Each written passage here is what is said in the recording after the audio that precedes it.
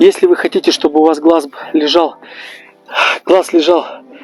допустим, над планкой, или ниже планки, да, ниже планки, то нужно, ребята, первое мерил, чтобы удобно, когда над планкой глаз лежит, над планкой, чтобы вот эта вот взлетная полоса, она была ниже была, ребята, вот, ниже, не в эту сторону низко прямо, глаза не видно, а чуть-чуть выше.